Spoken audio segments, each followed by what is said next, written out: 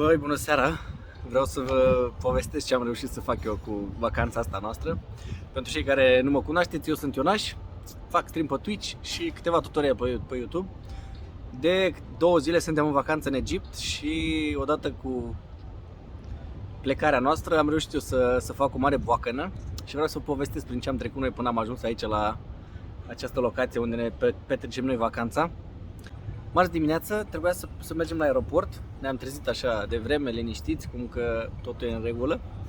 Și a venit prietenul ăsta al nostru undeva pe la ora 11, trebuia să venim cu niște norvegieni până la București, ei veneau la eforie și ideea era că făcusem noi planul să ne întâlnim la București cu câțiva de pe chat, de pe stream-ul meu. Bate un pic vântul, cred că se mișcă camera, dar e ok, stai numai să nu mi-o răstoarne. Și totul era planificat, am zis, bă, ne vedem, bă. Totul era planificat, trebuia doar să ne întâlnim. Și ne înțelesesem că eu aterizez undeva la 6:30 și ne întâlnim la București, să bem o bere, să ne distrăm un pic până a doua zi când noi trebuia să luăm celălalt zbor. Bun, și ne-am urcat noi în mașină, a venit prietenul ăsta al nostru, toate bune, făcusem check-in-ul cu o seară înainte, eram super pregătiți, de-abia așteptam. Era vorba să ajung la Constanța, nu mai trebuia, deci eram bine, ajungeam până la 6:30, aveam toată noaptea să ne distrăm, să mergem să bem o bere.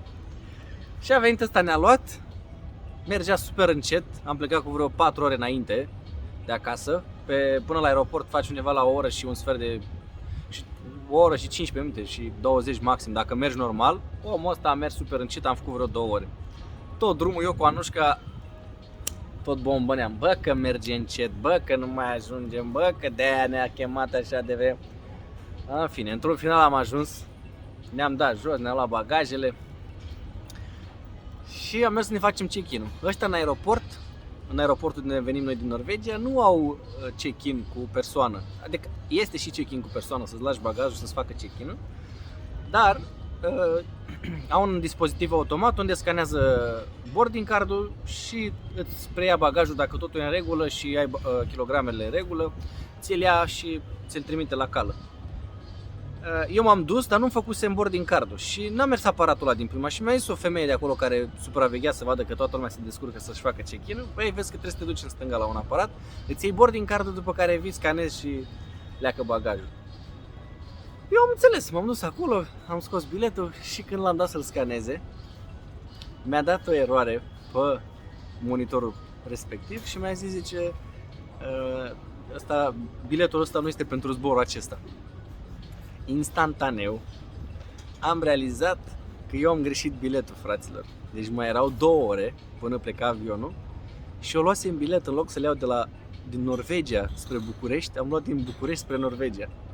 Am crezut că îmi cade cerul în cap. Deci nu vreți să știți ce feeling ai cu 2 ore înainte să-ți plece avionul, cu 2 ore înainte să ajungi să se pună la punct gen toată vacanța.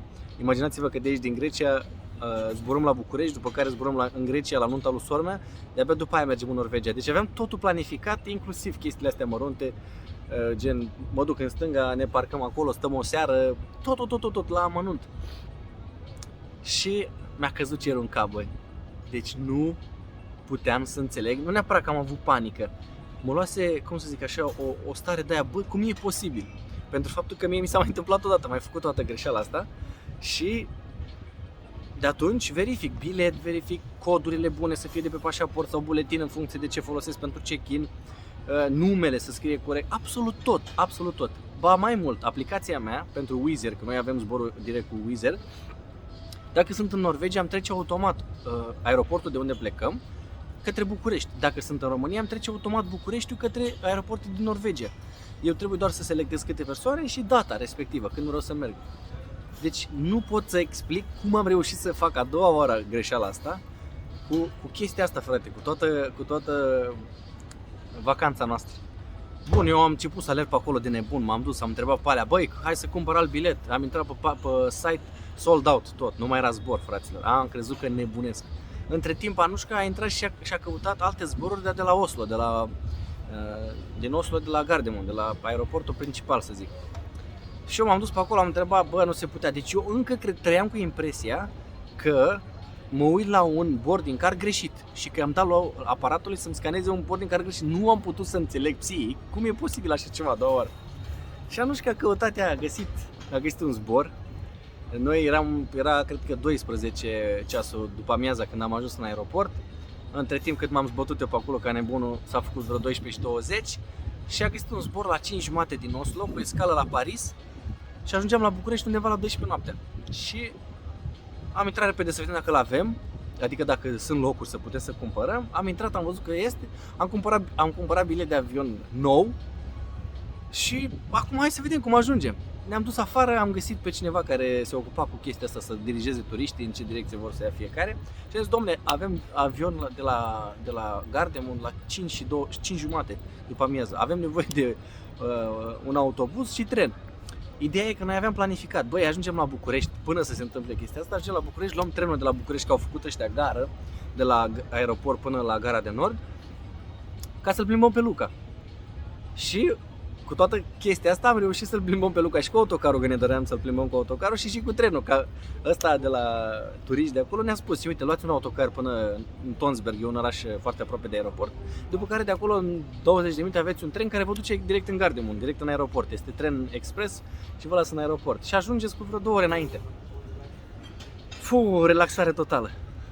Doar că noi trebuie să facem teste de COVID și a trecut relaxarea asta cu faptul că am ratat avionul ăla și a rămas stresul cu testele astea de COVID, că trebuia să venim în România, pe testul nostru nu scria că este PCR, dar era un test PCR, doar că așa se tipăresc biletele aici, testele aici, e pe PCR și nu-ți scrie, dacă faci testul antigel, nu-l primești, trebuie doar să primești, dacă primești un telefon înseamnă că ești pozitiv și trebuie să intri în carantină, dacă nu te sună nimeni și nu primești niciun răspuns înseamnă că ești negativ și îți vezi de treabă.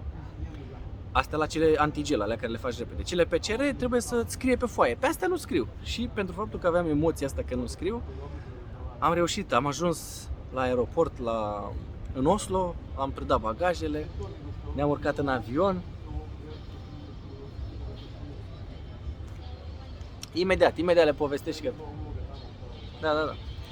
Și, bă, cu ocazia asta zic lui Anușca, băi, te duci la Paris, frate, vezi și Parisul cu Ion nebunul, că numai eu puteam să fac așa ceva, deci este incredibil. Am zis că dacă cumva mi se mai întâmplă o singură dată în viața asta, nu mai cumpărăm bilete în viața mea, pentru faptul că și acum au fost super scumpe, pentru faptul că le-am cumpărat atât de vreme și pentru faptul că a fost un zbor cu escală, ne-a curentat. Dar ideea este că nu mă mai ating de bilete dacă mai se întâmplă așa ceva. Bun, am zburat la Paris, era o poartă de timp de vreo 50 de minute și trebuia să ajungem la celălalt zbor.